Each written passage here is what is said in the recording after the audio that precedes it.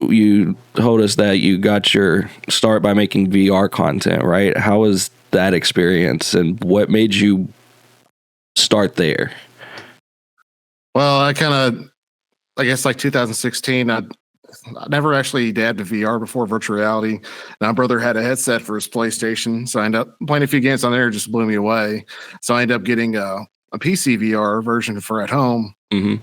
And then just browsing around games, I found this one in particular, which was just kind of blew my mind. The fact basically you could make 3D animations and then make it into video content just using VR, just really at a snap.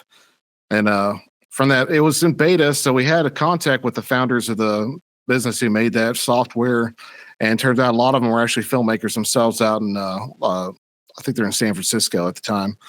But yeah, so we started kind of connecting. I made probably hundreds of videos using that program. So I ended up talking to one of the co-founders who kind of started giving me advice about storytelling, camera angles, and stuff like that, just how to make things a little better. And just kind of pushed me into filmmaking in general. So I started making longer stuff with it, some shorter form content. Then after about 2019, sadly, they came down to us, said, hey, we had to sell out to another company, so we can't have it open to the public anymore. So they basically shut down. So it kind of left me pretty empty and a lot of other people. But I did have my wife was a photographer at the time, where she just kind of dabbed with this. So I kind of started using her camera, making some videos from there, then just kind of educated myself further, then just kept getting into videos after that. I love that. So really your introduction into filmmaking started with video games, right? Pretty much. That is awesome. Dude, I've been watching the videos on the random thoughts, and it's hilarious. Like, I've been watching some of the different skits that you did, and they're awesome. Like, you wrote did you write those yourself, or?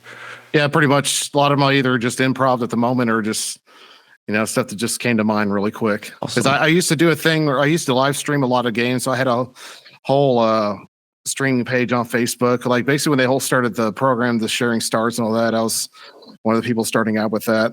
Then basically I would do a live stream and have people send me some suggestions, basically just an improv.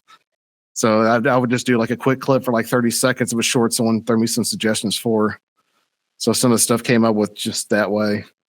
Yeah, it helped. Yeah, I mean, besides gaming, but it's like I've always been kind of on the creative side of things. So it's nice to have some kind of outlet for that. And like with that program at the time, it was so easy to do, because the way they made it so accessible, it was amazing. Because I do some 3D animation as far as using generic software they use in these current films, but it's definitely not easy. There's a lot more to learn from there. It takes a lot more time, but just be able to just put a headset on and just speak through the microphone on it and move around and everything. You just picked everything up so fast and boom, just make a video.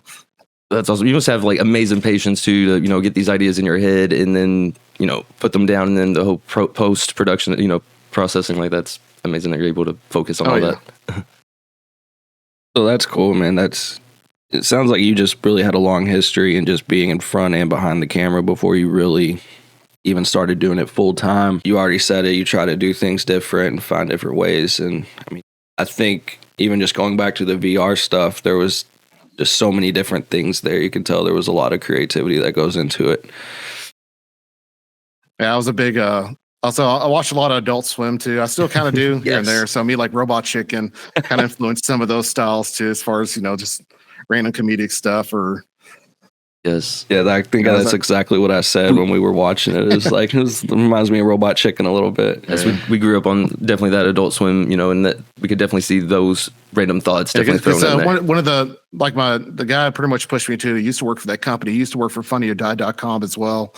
So yeah, he was a big fan of like Will Ferrell. It was a dream for him. He actually got to work with Adam McKay at that place too.